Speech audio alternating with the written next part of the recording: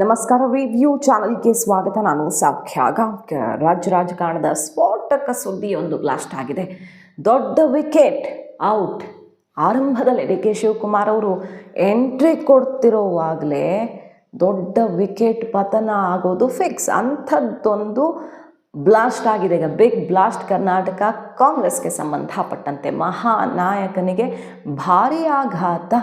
ರಾಹುಲ್ ಗಾಂಧಿಯವರ ಕ್ರಮ ಕಟ್ಟಿಟ್ಟ ಬುತ್ತಿ ಅನ್ನೋ ಮಟ್ಟಿಗಿನ ದೊಡ್ಡ ಸುದ್ದಿ ಇದು. ಡೀಟೇಲ್ಸ್ ಇಡ್ತಾ ಹೋಗ್ತೀವಿ. ಮಿಸ್ ಮಾಡಿದ್ರೆ ನಮ್ಮ ಚಾನಲ್ನ ಸಬ್ಸ್ಕ್ರೈಬ್ ಮಾಡಿ, ನಿಮ್ಮ ಅಭಿಪ್ರಾಯ ಕಮೆಂಟ್ ಮಾಡಿ ತಿಳಿಸಿ. ವೀಕ್ಷಕರೇ, ಡಿ ಕೆ ಶಿವಕುಮಾರ್ ಅವ್ರ ಪ್ರಮಾಣ ವಚನ ಆಗುತ್ತೆ. ಸಂಪುಟ ಇನ್ನೇನು ಎಲ್ಲ ಫೈನಲ್ ಆಗಬೇಕು. ಈ ಹೊತ್ತಲ್ಲಿ ಅತಿ ದೊಡ್ಡ ಸಿಡಿಲಿನಂತಹ ಆಘಾತ ಸಿದ್ದು ಕ್ಯಾಂಪ್ನ ದೊಡ್ಡ ನಾಯಕನಿಗೆ, ಮಹಾನಾಯಕನಿಗೆ, ದೇಶವ್ಯಾಪಿ ತನ್ನ ವರ್ಚಸ್ಸಿರುವಂತಹ, ತನ್ನ ಹಿಡಿತ ಇಟ್ಕೊಂಡಿರುವಂತಹ, ಹೈಕಮಾಂಡ್ ಮನಗೆದ್ದಿರುವಂತಹ ಸ್ಪೆಷಲ್ ಹೆಲಿಕಾಪ್ಟರ್ ಕಳಿಸ್ಕೊಟ್ಟು ಇಡೀ ದೇಶದಲ್ಲಿ ಪ್ರಚಾರ ಮಾಡೋದಕ್ಕೆ ಕರೆಸ್ಕೊಳ್ತಿತ್ತು ಕಾಂಗ್ರೆಸ್. ಅಂತಹ ಒಬ್ಬ ನಾಯಕ ಬೇರೆ ಯಾರು ಅಲ್ಲ, ಜಮೀರ್ ಅಹಮದ್ ಖಾನ್ಗೆ ಬಿಗ್ ಶಾಕ್. ಈಗ ಸ್ಫೋಟಕ ಆಡಿಯೋ ಬ್ಲಾಸ್ಟ್ ಆಗಿದೆ ಅವರದ್ದು ಅಂತ ಹೇಳಲಾಗ್ತಿರುವಂಥ ಈ ಆಡಿಯೋದಲ್ಲಿ ಏನಿದೆ ಹಾಗಾದರೆ ಕೇಳೋದಕ್ಕಂತೂ ಅವ್ರ ಥರ ಇದೆ. ಬಟ್ AI ಕಾಲದಲ್ಲಿ AI ಅಂತ ಅಲ್ಲಗಳಿಯುವಂಥ ಸಾಧ್ಯತೆಯೂ ಇರುತ್ತಲ್ಲ, ಹೇಳೋಕ್ಕಾಗಲ್ಲ. ಅದನ್ನೆಲ್ಲ ಜಮೀರ್ ಅಹಮದ್ ಖಾನ್ ಅವರು ಸ್ಪಷ್ಟಪಡಿಸಬೇಕು. ಮತ್ತು ಇನ್ವೆಸ್ಟಿಗೇಷನು ಅದು ಇದು ಅಂತ ಆಪ್ಷನ್ಗಳು ಕೂಡ ಇದ್ದೇ ಇರ್ತವೆ. ಅದರ ಸತ್ಯಾಸತ್ಯತೆ ಕನ್ಫರ್ಮ್ ಮಾಡೋದಕ್ಕೆ ಏನಾಗಿದೆ ಅಂತ ಕೇಳಿದ್ರೆ, ಈಗ ಒಂದು ಆಡಿಯೋ ಬ್ಲಾಸ್ಟ್ ಆಗಿದೆ.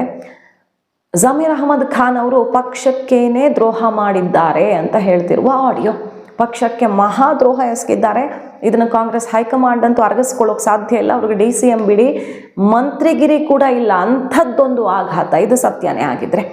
ಆಡಿಯೋದಲ್ಲಿ ಏನಿದೆ ಅಂತ ಕೇಳಿದ್ರೆ, ಜಮೀರ್ ಅಹಮದ್ ಖಾನ್ ಅವರು ದಾವಣಗೆರೆ ಬೈ ಎಲೆಕ್ಷನಲ್ಲಿ SDPIಗೆ ಓಟ್ ಹಾಕಿ ಕುಕ್ಕರ್ ಓಡಿಸಿ, ಈ ಸಲ ಕುಕ್ಕರನ್ನು ಗೆಲ್ಲಿಸಿ, ಈ ಸಲ ಇಂಡಿಪೆಂಡೆಂಟ್ ಓಟ್ ಹಾಕಿ, ಕುಕ್ಕರ್ಗೆ ಓಟ್ ಹಾಕಿ ಕಾಂಗ್ರೆಸ್ ಅಭ್ಯರ್ಥಿಯನ್ನು ಸೋಲಿಸಿ ಅಂತ ಕರೆ ಕೊಟ್ಟಿರುವಂತಹ, ಅವರ ಆಪ್ತನ ಜೊತೆಗೆ ಮಾತಾಡ್ತಿರುವಂತಹ ಒಂದು ಸ್ಫೋಟಕ ಆಡಿಯೋ ಬ್ಲಾಸ್ಟ್ ಆಗಿದೆ.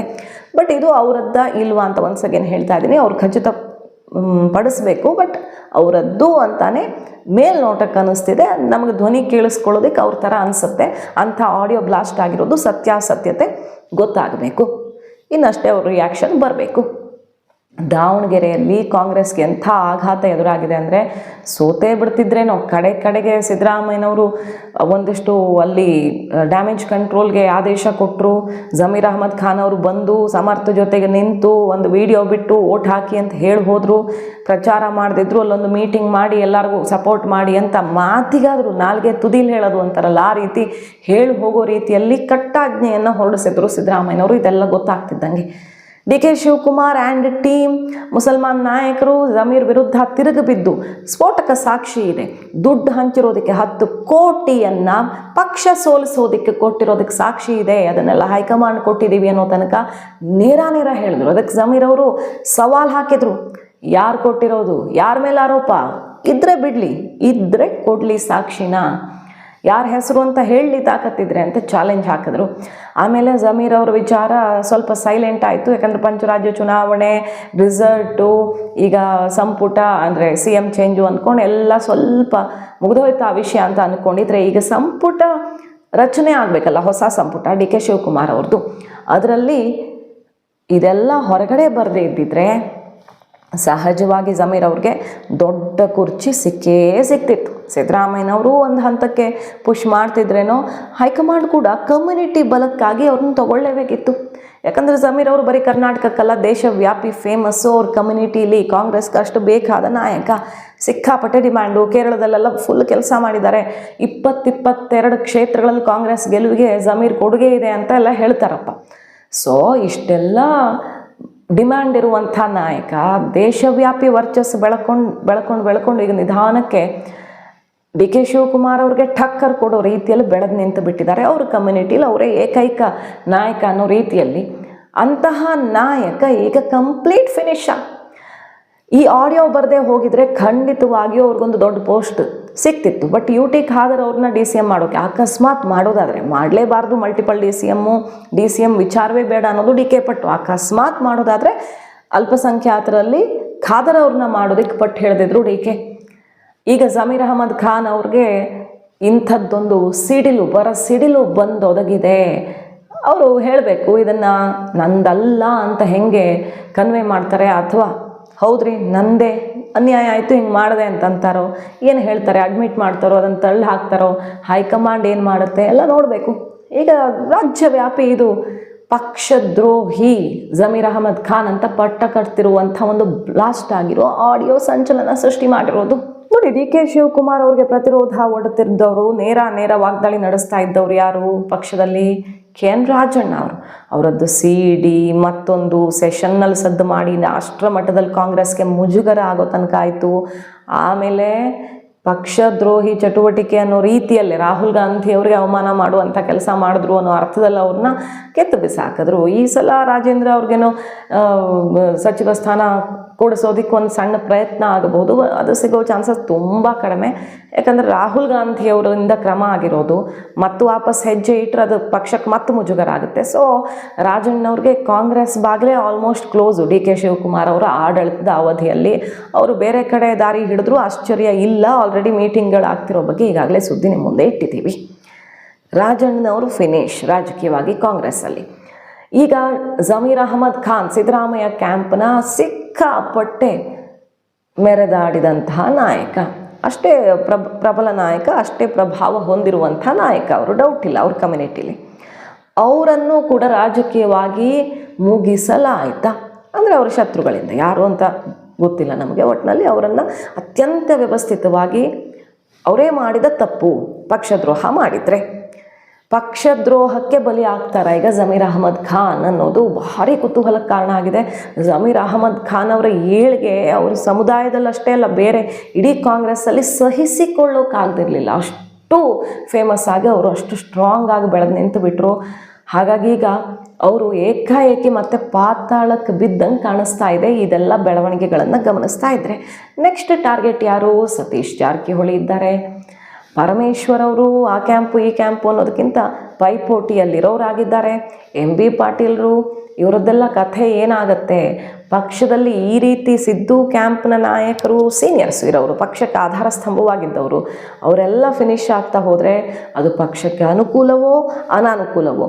ಇದು ಲಾಭ ಆಗುತ್ತೋ ಡಿ ಕೆ ಶಿವಕುಮಾರ್ಗೆ ಮುಂದಿನ ದಿನಗಳಲ್ಲಿ ಅವ್ರ ದಾರಿ ಅಂತೂ ಸದ್ಯಕ್ಕೆ ಕ್ಲಿಯರ್ ಆಗುತ್ತೆ, ಅಥವಾ ಬೇರೆ ರೀತಿಯಲ್ಲಿ ಅಡ್ಡ ಪರಿಣಾಮ ಬೀರುತ್ತೋ? ಇವರೆಲ್ಲ ಏನೇನು ಮಾಡ್ತಾರೆ? ಯಾಕಂದರೆ ಈಗ ಎಸ್ ಟಿ ಪಿ ಐ ಗೆಲ್ಲಿಸೋದಕ್ಕೆ ಕರೆ ಕೊಟ್ಟರು, ಆ ಕರೆಗೆ ತಕ್ಕಂತೆ ಎಸ್ ಟಿ ಪಿ ಐ ಏಕಾಏಕಿ ದಾವಣಗೆರೆಗೆ ಬಂದು ಅಲ್ಲಿ ನೆಲೆನೇ ಇಲ್ಲದಂಥ ಎಸ್ ಟಿ ಪಿ ಐ ಅಷ್ಟು ಮತಗಳನ್ನು ತಗೊಳುತ್ತೆ. ಬರೀ 4,000 ಅಂತರದಲ್ಲಿ ಕಷ್ಟಪಟ್ಟು ಉಸಿರು ಕಟ್ಕೊಂಡು ಸಮರ್ಥ ಶಾಮನೂರು ಗೆಲ್ತಾರೆ. ಸಮರ್ಥ ಶಾಮನೂರು ಅಥವಾ ಶಾಮನೂರು ಫ್ಯಾಮಿಲಿ ಅಂದರೆ ಅಲ್ಲಿ ಚಿಟಿಕೆ ಹೊಡೆದ್ರೆ ಸಾಕು ಗೆಲ್ಲುವಂಥ ಒಂದು ತಾಕತ್ತಿರೋ ಫ್ಯಾಮಿಲಿ.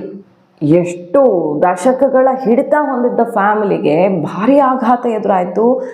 ಹೇಗೋ ಮರ್ಯಾದೆ ಉಳಿತು ಕಾಂಗ್ರೆಸ್ನದ್ದು. ಕಾಂಗ್ರೆಸ್ನ ಭದ್ರಕೋಟೆಯಲ್ಲಿ ಜಸ್ಟ್ ಪಾಸಾಗಿ ಶಾಮನೂರು ಕೂಡಿ ಜಸ್ಟ್ ಪಾಸ್ ಆದರು. ಇಷ್ಟೆಲ್ಲ ಮಾಡಿದ ಜಮೀರ್ ಅಹಮದ್ ಖಾನ್ ನಾಳೆ ಅಕಸ್ಮಾತ್ ಕಾಂಗ್ರೆಸ್ನಲ್ಲಿ ಈಗ ಅವ್ರಿಗೆ ಯಾವ ಸಚಿವ ಸ್ಥಾನನೂ ಕೊಡದೆ ಹೋದರೆ ಒಬ್ಬ ಮಾಮೂಲಿ ಶಾಸಕನಾಗಿ ಉಳ್ಕೊಳ್ತಾರ? ಒಂದು ಘೋಷಣೆ ಮೊಳಗಿತ್ತು, ನಿಮಗೆ ನೆನಪಿರಬಹುದು. ರೇಡಿಯೋ ಅದರ ಬಗ್ಗೆ ಕಂಪ್ಲೀಟ್ ಬೆಳಕು ಚೆಲ್ಲಿ ಒಂದು ದೊಡ್ಡ ಎಕ್ಸ್ಕ್ಲೂಸಿವ್ ಸ್ಟೋರಿಯನ್ನು ನಿಮ್ಮ ಮುಂದೆ ಇಟ್ಟಿದ್ವಿ. ಜಮೀರ್ ಅಹಮದ್ ಖಾನ್ ಒಂದು ಹೊಸ ಪಕ್ಷ ಕಟ್ತಾರಾ? ಒಂದು ಎಚ್ಚರಿಕೆ ಸಂದೇಶ ಕೊಟ್ಟಿದ್ರು, ನೆನಪಿದೆಯಾ? ರೆಬಲ್ ರೀತಿಯಲ್ಲಿ ಇತ್ತು ಆ ಹೇಳಿಕೆ. ಕೇಜ್ರಿವಾಲ್ ಅವರು ಬರೀ 9 ತಿಂಗಳಲ್ಲಿ ಡೆಲ್ಲಿ ರಾಜಕಾರಣ ಬದಲಿಸಿ ಸಿ ಎಂ ಆದವರು, ಇನ್ನೂ 2 ವರ್ಷ ಇದೆ. ಹೊಸ ಪಕ್ಷ ಕಟ್ಟಿ ಕಾಂಗ್ರೆಸ್ಸನ್ನು ಸೋಲಿಸೋ ಮಟ್ಟಿಗೆ ಶಕ್ತಿ ಇದೆ ಅನ್ನುವಂಥ ಘೋಷಣೆಯನ್ನು ಜಮೀರ್ ಪರ ಬ್ಯಾಟ್ ಬೀಸಿದವರು ಮೊಳಗಿಸಿದ್ರು. ಜಮೀರ್ ಅವರು ಮೊಳಗಿಸಿರಲಿಲ್ಲ. ಅಂದರೆ ಕಾಂಗ್ರೆಸ್ಗೆ ಸುಮಾರು 50-60 ಕ್ಷೇತ್ರಗಳಲ್ಲಿ ಗೆಲ್ಲೋದಕ್ಕೆ ಕಾರಣ ಆಗಿರೋದೇ ಮುಸ್ಲಿಂ ವೋಟ್. ಅದಿಲ್ಲದೆ ಕಾಂಗ್ರೆಸ್ ಫಿನಿಶ್ ಅನ್ನುವಂಥ ಎಚ್ಚರಿಕೆಯನ್ನು ಕೊಡಲಾಗಿತ್ತು. ಮತ್ತೆ ಒಂದು ಸಮಾವೇಶ ಮಾಡಿ ಕಾಂಗ್ರೆಸ್ ಹೇಳಿದ್ದೇನು ಮಾಡಿದ್ದೇನು, ಕಾಂಗ್ರೆಸ್ ಕೊಟ್ಟ ಭರವಸೆಗಳಲ್ಲಿ ಎಲ್ಲವೂ ತಲೆ ಕೆಳಗಾಗಿದೆ ಅಂತ ಸರ್ಕಾರಕ್ಕೆ ಶಾಕ್ ಕೊಟ್ಟರು. ಆಮೇಲೆ ಹಿಜಬ್ ಅದಕ್ಕೆಲ್ಲ ಅವಕಾಶ ಮಾಡಿಕೊಟ್ಟು ಏಕಾಏಕಿ ನಿರ್ಧಾರ ಮತ್ತು ಅವ್ರಿಗೆ ಫಂಡ್ ಕೊಡೋದು, ಸುಮಾರು ನಿರ್ಧಾರಗಳು ಮೊನ್ನೆ ಇತ್ತೀಚಿನ ದಿನಗಳಲ್ಲಾದವು. ಮುಸಲ್ಮಾನರಿಗೆ, ಅಲ್ಪಸಂಖ್ಯಾತ ಸಮುದಾಯಕ್ಕೆ ಸಹಾಯ ಮಾಡೋ ರೀತಿಯಲ್ಲಿ. ಹಾಗಾಗಿ ಇದೆಲ್ಲದರ ನಡುವೆ ಕಾಂಗ್ರೆಸ್ ಎಷ್ಟು ಟೆನ್ಷನ್ ಆಗಿದೆ ಮುಸ್ಲಿಂ ವೋಟ್ ಬ್ಯಾಂಕ್ ವಿಚಾರದಲ್ಲಿ ಕರ್ನಾಟಕದಲ್ಲಿ ಅನ್ನೋದು ಕ್ಲಿಯರ್ ಕಟ್ಟಾಗಿ ಹೊರಗಡೆ ಬಂತು.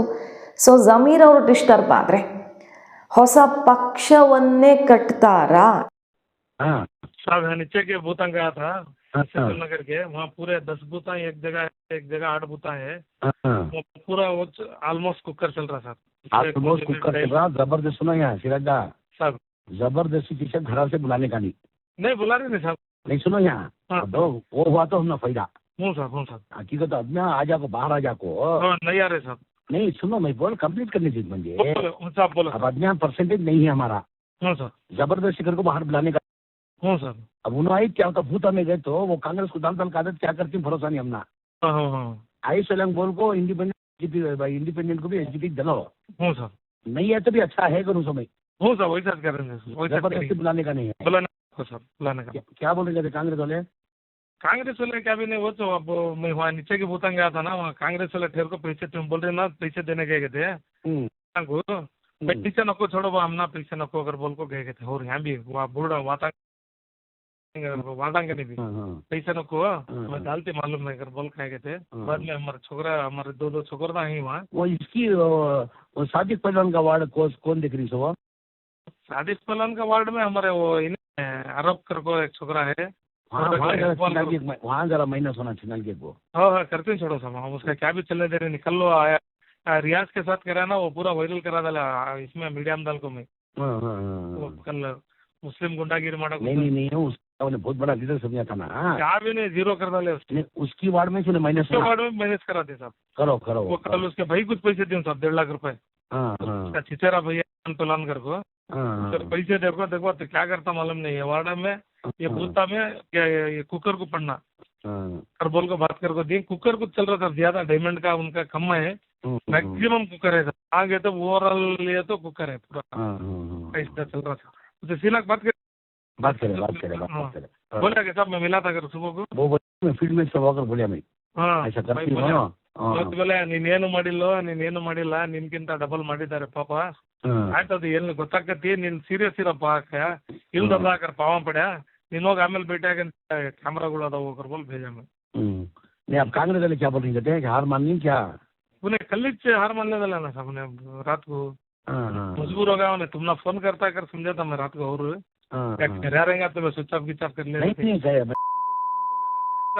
ಏ ಮಿಂಟು ಕೊಡ್ತಾರೆ, ಏನು ಮಾಡ್ತಾ ಇಲ್ಲ ಶಟ, ಏನ್ ಮಾಡಕ್ ಕುಂತೀರ ಹೆಂಗಸರು ದುಡ್ಡು ಇಸ್ಕೊಂಡ್ರೆ ಶಟ ಊಟ ಹಾಕ್ತಾರೇನು ಖರಾಬಾಗೈತಿ। नहीं मुझे रात में 10:15 बजे फोन करे मुझे, ಗುರು ಎಲ್ಲಿದ್ಯಾ ಕಯ ಬಂದೆ ಸರ್ ಬಾಗಲ್ ಮನೇಲಿದ್ದೀನಿ ಕಯ, ಓ ಅವ್ನು ಸುಸ್ತಾಗ್ಬಿಟ್ಟವನೆ ಮಲಿಕ್ ನೋಡು ಸ್ವಲ್ಪ ಹೇಳ್ಬಿಟ್ಟು ಯಾರು ದುಡ್ಡು ತಗೊಂತಲ್ಲ ಅಂತ ನಿಮ್ಮವರು ಒಂಚೂರು ವ್ಯವಸ್ಥೆ ಮಾಡಿ, ಏನ್ರಿ ದುಡ್ಡು ತಗೊಳ್ಳೋದು ದುಡ್ಡು ತಗೊಳ್ಳಿ ಅಂತ ಮಾಡಕ್ ಆಗ್ತದೇನ್ರಿ, ನಾನು ಬೆಂಗಳೂರಲ್ಲಿ ಇದ್ದೀನಿ, ನಾನು ಯಾರು ಇದಾರೆ ಲೀಡರ್ಗಳು ಅವ್ರ ಕೈಲಿ ಮಾಡಿಸಿ ಎಲ್ಲ ಇದಾರಂತೆಲ್ಲ ಸುಂಗಿರಪ್ಪ ಅವರಿಂದ ಎಲ್ಲ ಏನಾಗ್ತದೆ ಎಲ್ಲ ನೋಡಾಯ್ತು, ನೀನ್ ಇವತ್ತು ಬಂದಿದ್ದಕ್ಕೆ ಇವತ್ತು ಈ ಮಟ್ಟಿಗೆ ಸ್ವಲ್ಪ ರೀಚ್ ಆಗಿದೀವಿ, ನಿನ್ನ ಎಂಟ್ರಿಯಿಂದ ಒಂದ್ 3 ಸಾಲ ಗೆಲ್ಬೇಕು, ಅದು ಕ್ರೆಡಿಟ್ ನಿಮ್ಗೆ ಹೋಗೋದು, ನಾನು ಪ್ರೆಸ್ ಮಾಡಿ ಹೇಳ್ತೀನಿ, ನಾನು ರಿಸಲ್ಟ್ ದಿನ ಪ್ರೆಸ್ ಮಾಡಿ ಹೇಳ್ತೀನಿ, ನಾನು ಜಮೀನಿಂದಾನೇ ಗೆದ್ದಿದ್ದಂತ ಹೇಳ್ತೀನಪ್ಪ, ಸ್ವಲ್ಪ ದಯ ಮಾಡಿದೆಲ್ಲ ಅರೇಂಜ್ ಮಾಡಪ್ಪ, ಸ್ವಲ್ಪ ತಗೊಳಕ್ಕೆ ಹೆಂಗ್ ಮಾಡಕ್ ಆಗ್ತದೆ ಸರ್, ಎಲ್ಲಿ ಈ ಟೈಮಲ್ಲಿ ಹೆಂಗ್ ಮಾಡಕ್ ಸಾಧ್ಯ, ಅದು ನೋಡ್ತೀನಿ ನಾನು ರೊಕ್ಕ ಫೋನ್। कांग्रेस वाले मिले साहब रात को, बोल रहे थे ऐसा काम भी फाइट ना पैसे ले रहे नहीं, वो कर रहे नहीं कर रहे नहीं कर को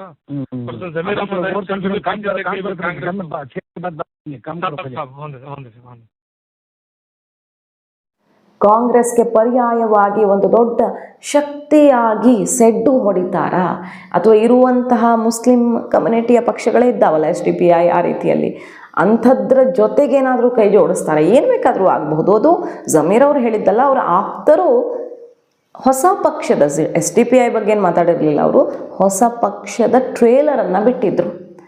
ಸೊ ಕಾದು ನೋಡಬೇಕು ಕರ್ನಾಟಕ ಪಾಲಿಟಿಕ್ಸಲ್ಲಿ ಈ ಕ್ಷಣದಿಂದ, ಸಿದ್ದರಾಮಯ್ಯನವರು ಇಳಿದ ಕ್ಷಣದಿಂದ ಏನೇನು ಆಗಬಹುದು ಅಲ್ಲೋಲ ಕಲ್ಲೋಲ ಅನ್ನೋದನ್ನು। ಮಾಹಿತಿ ಇಷ್ಟ ಆಗಿದ್ರೆ ಮಿಸ್ ಮಾಡಿದ್ರೆ ನಮ್ಮ ಚಾನಲ್ನ ಸಬ್ಸ್ಕ್ರೈಬ್ ಮಾಡಿ, ನಿಮ್ಮ ಅಭಿಪ್ರಾಯ ಕಮೆಂಟ್ ಮಾಡಿ ತಿಳಿಸಿ। Thank you.